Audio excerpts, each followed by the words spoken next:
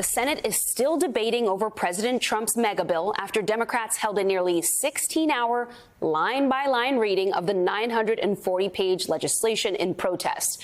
This week, Senator Maggie Hassan of New Hampshire called the bill bad and said if it passes, more than 43,000 people in her state will lose their health care coverage. Let's bring in Democratic Senator Maggie Hassan of New Hampshire. She sits on the Senate Finance Committee. Senator, thank you for joining us this evening. So paint a picture for us of what may happen to the people living in your state, New Hampshire, as a result of this bill. Well, thanks for having me on. And look, this bill is really bad news for all Americans. In my state, given the new side deal that the Republican leader cut with Rick Scott last night, it's now 100,000 people who are going to lose their health coverage in New Hampshire. That's everybody from people with addiction who are in treatment and entering recovery. They're covered, about 7,000 of them, by Medicaid expansion in New Hampshire. It's children with disabilities. It's seniors in nursing homes. It's people currently covered by the Affordable Care Act who now won't be able to afford their premiums or won't be able to do all the paperwork. And it's really going to hurt our rural hospitals, too.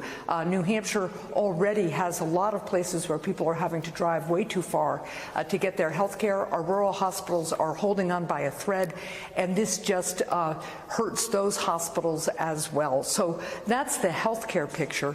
This bill also will drive people's costs up, take away food assistance from our kids so that it makes it harder for them to be focused in the classroom and be healthy. And this is all to give tax breaks for billionaires. So it's a really terrible bill. We're seeing our Republican colleagues really struggle to get a bill on the floor. They don't really have final text yet, and they keep trying to make these side deals to win votes. And we're just fighting as hard as we can to let the people of this country know how bad this bill is, how it will undermine our health, our families, and our economy. Senator, I just want to underscore, you just said the number of people in your state who stand to lose their health care doubled, basically overnight, over the weekend. Yeah. Has that message actually reached the people of New Hampshire? It's a Sunday, so I can understand if they don't know what happened late last night. So how is that message getting out there? Well, that's why I did local news earlier today, just to make sure people understood the implications of this newest deal with Rick Scott, senator from Florida. Look, we are 1.4 million people in New Hampshire. So now 100,000 people stand to lose their health care coverage, which is obviously terrible for them. But just so people understand, this is also going to drive health insurance premiums for people who do have insurance up, because the more people you have without insurance, the higher premiums go for people who do have insurance. This bill also will drive the cost of prescription drugs up and drive other critical health care costs up. And, you know, this is why we're really focused on not only the health care piece, but this bill now with ripping out clean energy tax provisions means your energy costs are going to go up, your health care costs are going to go up, and this bill is adding so much to the deficit that economists are already telling us that interest rates are going to go up, food costs are going to go up. So this is a bad bill for all Americans, for all Granite Staters, and this is not who we are as a country. We take care of each other. We understand that we're all better off when we all have health care. We understand that we're all better off when we're working to lower our debt and deficit, not blow it into the stratosphere. So we're just trying to get that message out in every way we know. I'm hearing a lot from my constituents. They're following this closely. So, Senator, you mentioned earlier that Republicans are still trying to assemble what will be in this bill, and you referenced that there was a deal cut with Senators Rick Scott and Ron Johnson yesterday evening. Ron Johnson indicated that there would be further Medicaid cuts coming as a condition of his voting to move this bill along. Can you elaborate a little bit on that and why it might be that Republicans are actually trying to cut more from Medicaid, even as their own pollsters are telling them that this is among their greatest vulnerabilities? Medicaid is very popular. A lot of Republicans are on Medicaid. Why is the move that they are making to slash it further?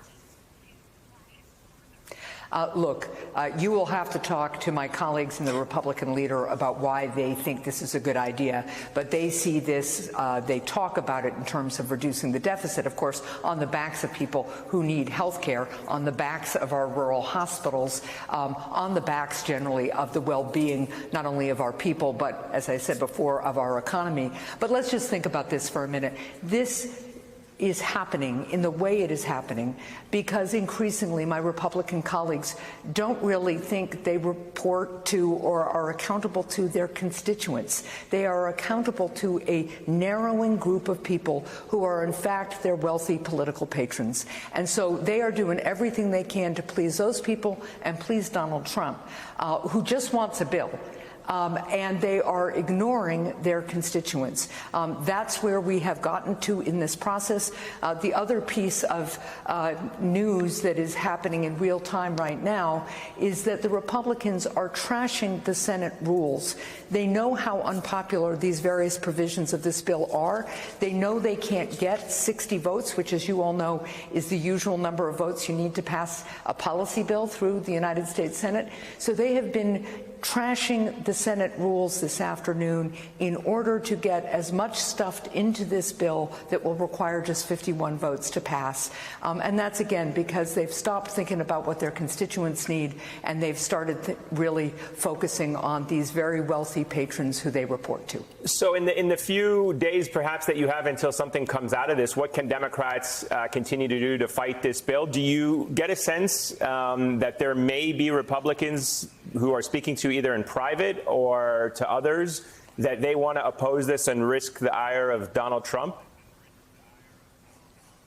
Look, we are working. First of all, we're on the floor right now debating this bill, making our points clear, trying to make sure the American people know what is in this bill and how bad it is. We are also obviously hoping to reach our Republican colleagues with these same arguments. As I have said to a number of them, I have a history of working in a bipartisan way on a lot of different issues. If they would sit down and work with us constructively on a budget bill, we'd be happy to do that. But at the end of the day, we need to make sure that their constituents understand the impacts in their states and that they are reaching out and demanding change from their Republican senators. So we're trying to work on that as well, hoping that the Republican senators, at least some of them, will be swayed by what their constituents think. But this is a moving target. They keep trying to change the rules and push stuff into this bill that doesn't fit with the rules. Things get removed as a result. So this is a real moving piece of legislation. It's getting worse and worse because of the tactics they're using. And we're just trying to find every way we can to communicate with the American people and push our Republican colleagues to do what's right here. Senator Maggie Hassan, thank you so much for joining us.